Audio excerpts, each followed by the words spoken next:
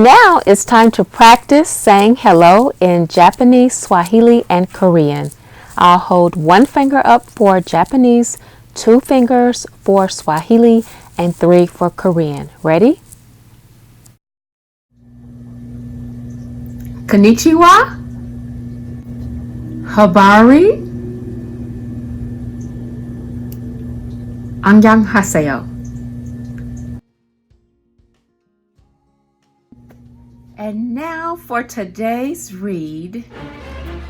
Drum roll.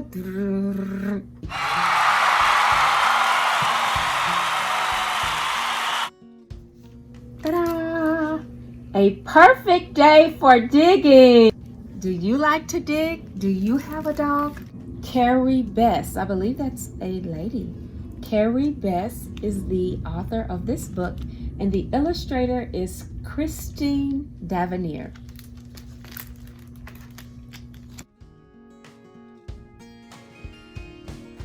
In the spring when trees unfreeze and grass grows green and pansies say, "Please plant me."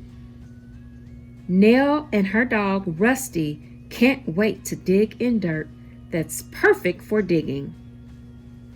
Right in their own backyard, Norman, their neighbor, watches. He says, "Ew," because he hates getting dirty. But digging is full of surprises. How long will Norman resist before he joins in the fun? Hooray for dirty digging. This book is beautifully illustrated for lovers of the good earth. In the spring, when trees unfreeze and grass grows green, and pansies say, "Please plant me," Nell and Rusty can't wait to dig in dirt just right for digging. "Bye-bye, snow shovel," says Nell. "Hello, trowel." Crunch, crumble, push, shove. Victory! Nell sings when she and Rusty finally break the crusty ground. "I love the smell of fresh spring dirt," Nell says. "Don't you, Rusty?" Rusty does. In fact, he loves the smell of fresh spring dirt so much that he tries to eat it. Then Nell has to remind him, "Dirt is for digging, Rusty, not eating." Nell swirls the dirt around, making S's with her trowel. She chop-chops the clumpy, lumpy dirt until it is silky smooth. Rusty makes dirt angels. Then he jumps up and shakes. "Hooray for getting dirty!" shouts Nell. "Whoop!" barks Rusty. "I hate getting dirty," says Norman, swinging his new shoes back and forth. "Too bad," says Nell, "because it's a perfect day for digging, and I have an extra trowel." "No, thanks," says Norman. "I'd rather watch."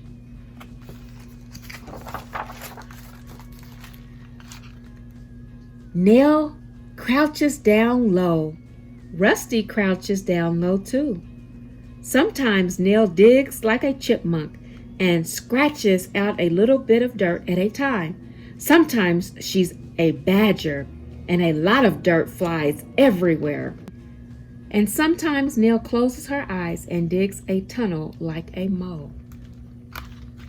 But Rusty always digs like a dog.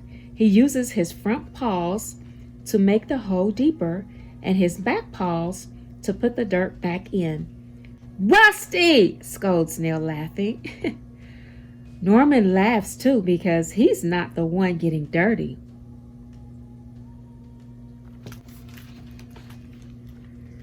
Nell shapes a round mountain out of the first pile of dirt. She decorates the mountain with pebbles and pieces of shells. Rusty leaps over and over Nell's mountain until his paws are the color of chocolate. Ew, says Norman, taking his clean hands out of the clean pockets of his clean jeans to keep the dirt away. Nell has so much fun digging that she begins to dig another hole. But Rusty has other ideas. Come back here, calls Nell. I'm going to catch you. Clomp, clomp, clomp go Nell's digging boots in the swampy spring mud. Hey, stop splashing, shouts Norman. Sorry, says Nell. Good dog, she tells Rusty because he's finally dropped the trowel. This time when they dig, Nell and Rusty pretend they are giant steam shovels, whirring, scooping, and dumping a ton of dirt next to each hole. Then, look what we found, says Nell. A pretty striped marble. 3 acorns. The mini Stegosaurus I lost last summer, and 1 fat juicy worm. Gross, says Norman, but he inches closer to watch the worm wiggle and to see what Nell decides to do with all the other treasures. We could put them in a dirt museum, Nell announces. Cool, says Norman. We'll build it with the stones you dug up, and I won't even have to get dirty. Oh, you see, Norman finally climbed over the fence. Nell makes sure to give the worm plenty of dirt to wiggle in. Rusty wants to bite the worm, but Nell says, worms are not for biting, Rusty. Mom says they make the garden better for growing things like potatoes and tomatoes and flowers. And flowers, says Norman. Rusty thumps to the ground. He's pooped, but Nell and now Norman want to see what else is buried in the garden. So Norman brings Rusty a bowl of fresh water. That does the trick. I still need your help, partner, Nell tells Rusty. When Nell and Rusty are digging their 5th hole, Nell discovers something. Hey, Norman, she calls. It's a tiny china arm. Wow, says Norman. He carefully brushes off the dirt with his clean hanky. I wonder who played with it and if there's more. There's only one way to find out, says Nell. But I'm all dug out. So Norman rolls up his clean sleeves. He rolls up the bottoms of his clean jeans. He picks up the extra trowel. And Norman starts to dig. What? Not like a chipmunk and not like a badger. Not like a mole. And definitely not like a dog. Norman digs like a bird pecking away, slowly and carefully.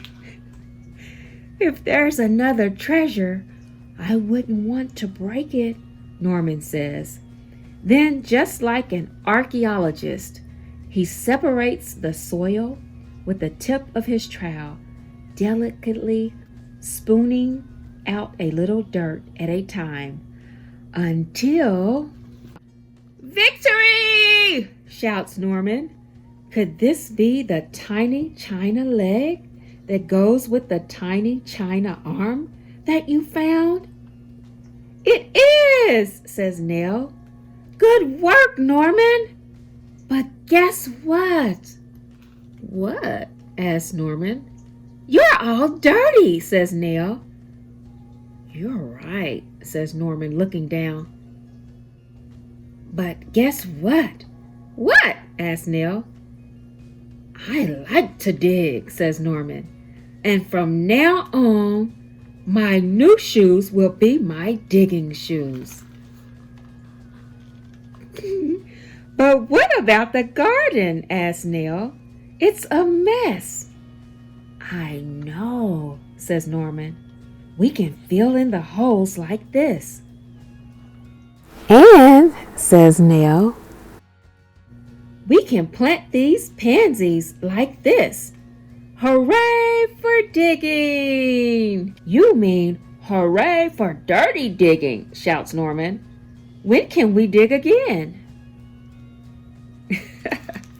Woof, woof, woof, woof. The end. Now, wasn't that an interesting twist? A perfect day for digging. Thank you, Carrie Best, for your beautiful book, and thank you, Christine Davenier, for your beautiful illustrations in A Perfect Day for Digging.